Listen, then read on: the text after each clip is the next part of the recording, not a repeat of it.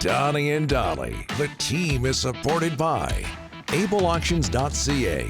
Closing your business? We can help.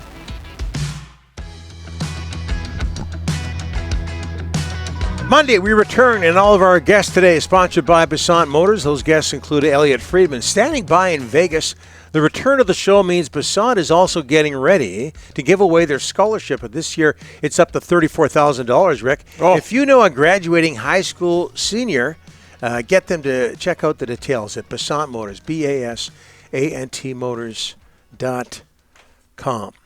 He's in Vegas for the NHL Media Tour. Elliotte Friedman joins us now. Hockey Night in Canada, 32 Thoughts podcast. Elliotte, thanks for doing this, sir. How was your summer? Summer was great. Excellent. I'm sorry it's over. How was your summers? Lovely. Lovely. Very, very good. Now, I was in Europe. I believe you were as well for another NHL Media Tour in Milan ahead of the 2026 Olympics. What stood out for you there?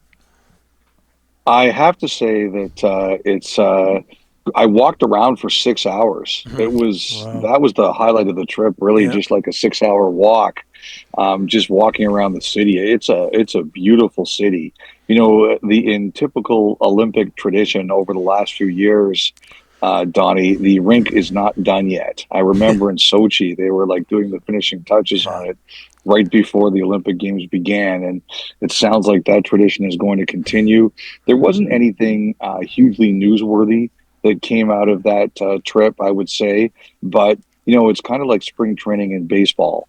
And, you know, everyone's in a great mood. Nobody hates you yet. And it's always a great way to meet people and just have a good conversation. And what's the focus in Vegas right now, Elliotte? You know, same deal. Our interviews start later this afternoon with Dustin Wolf and Matthew Nyes, and they continue over tomorrow and Wednesday. I don't know if anything hugely newsworthy is going to come here. You know, Quinn Hughes is representing the Canucks. I know that when Hughes spoke to Ian McIntyre for his story last week, he kind of indicated he was going to really limit how much he talked about last year. To him, it was in the rearview mirror. It's not something he wanted to continue discussing. He wanted to move on and look forward to this year. You know, we'll see. You know, the McDavid's not here. Obviously, that's the most dominant story in the NHL right now. You know, Marner, I think, is not doing interviews. I think he's only doing some promo shoots. So we'll see what we can ignite over the next 3 days. Elliotte, last year this time you came on our show and said, you know what? Canucks could win the Stanley Cup. And you that was did. a good prediction. Yeah, that was your prediction. What is your feeling about the Canucks going into this season? Well, Rick, it's been fun being a guest on this show.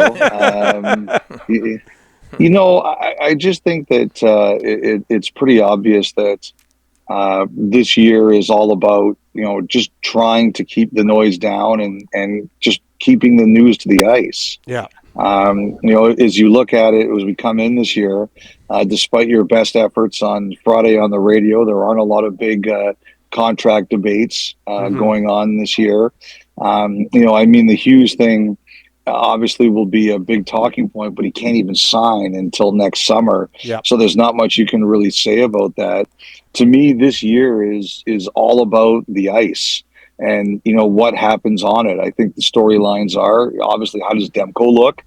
You know, is he ready? Is he ready to go? Does he stay healthy? Obviously, that's a huge start to their season. You know, what do the Canucks do down the middle?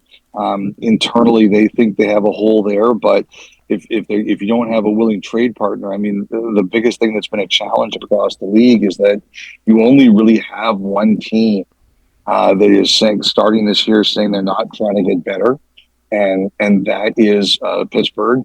Other than that, everybody wants to compete, so there aren't a lot of trade partners. And, you know, I think the other thing this year, Rick, is that, you know, there's a lot of talk about the playoff cap, but that double retention thing, that's going to really hurt teams that are close to the cap. The fact that right now you can't do double, if you're going to do a double retention, the second trade has to happen 75 days after the first one. So, you know, I think this year, this is a year where the Canucks have to do their talking on the ice, and the discussion has to be about them on the ice. I think they all know that. Besser, nobody has to talk about that all year. That's settled. So it's all about what do they do on the ice. Elliotte, that market for second-line centers, Rossi re-signed in Minnesota. Mason McTavish is still out there. Jack Roslovic is still out there. What's going on? Patrick Allvin tried really hard in August to get a second-line center, but there was no dance partners. First of all, they're costly.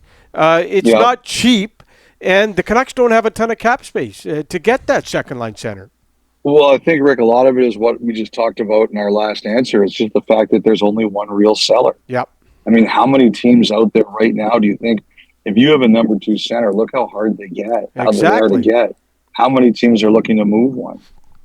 And, the other thing, too, is the Canucks have made a lot of deals. They've started to try to build back up their prospect base a little bit. The Abbotsford team had a good run last year.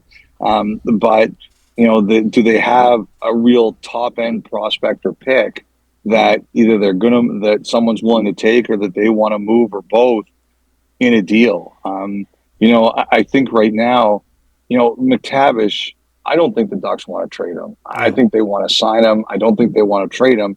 But let's just do, for argument's sake, Rick, if the Ducks did want to trade McTavish, do you think you guys have the haul that it's going to take to get them? Okay, so it's not even, worth discussing. Yep. A guy like Jack Roslovic, I think, Toronto was looking at him. I think they were looking at him potentially as a winger on the number 1 line. I don't know that anybody sees him as the number 2 center. Right. So, that's not the answer to your problem.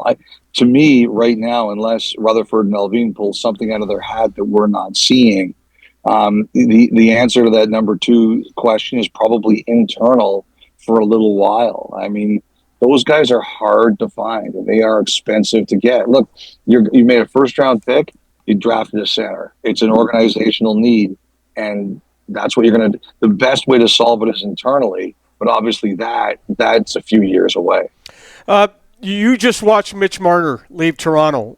And now Connor McDavid he's not signing an extension in Edmonton. What is going on there, Elliotte? First of all, I'll say, Rick, this is a surprise to me. I thought he would sign before the season a short-term deal, maybe 4 years or something like that.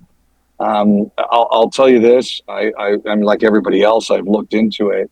I think the 2 losses in the row have made him even more fanatical about winning than before, if that was even possible.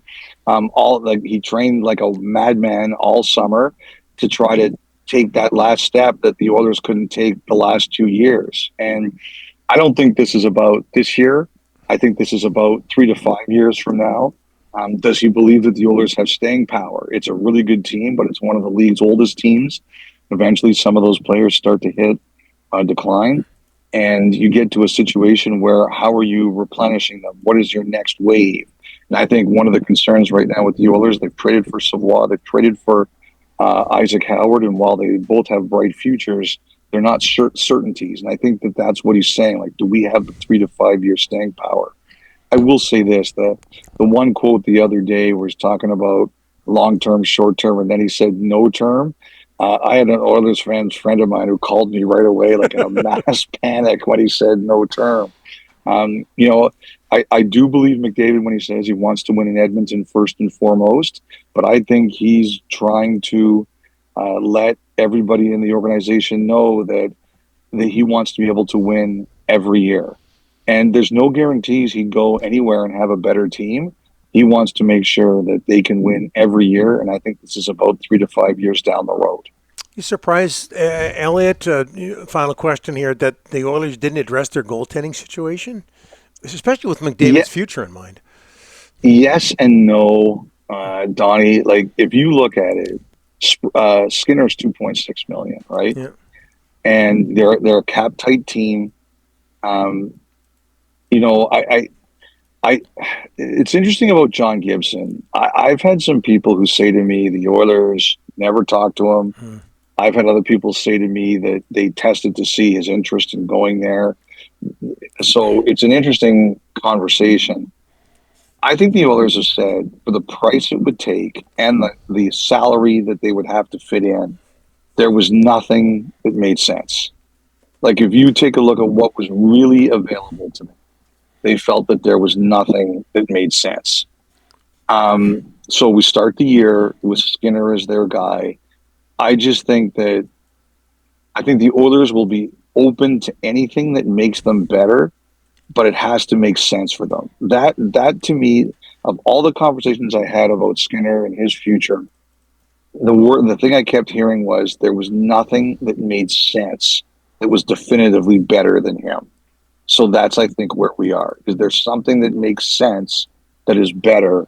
And also for this year, too, before the cap really starts to go up and you have to pay McDavid again, is there anything that fits financially? Couldn't agree with you more about walking around a city like Milan. It's just so special. Elliotte, we can't thank you enough for joining us for another season. All the best, my friend. And again, thanks so much. Well, I wanted to say that, as you guys know, my fee for this goes to the Canucks charities for autism, and the Canucks charities do an unbelievable job. And this year, you guys are matching, so I just wanted to say I really appreciate that. Anything we can do. There's a lot of people out there that need help, and they can't. It's very hard for people who need help to come and say thank you. So I just wanted to say thank you on their behalf for matching the fee. I really do appreciate it. Thanks, Elliotte. We'll talk to you in a couple of weeks. All right, take care, guys. You bet.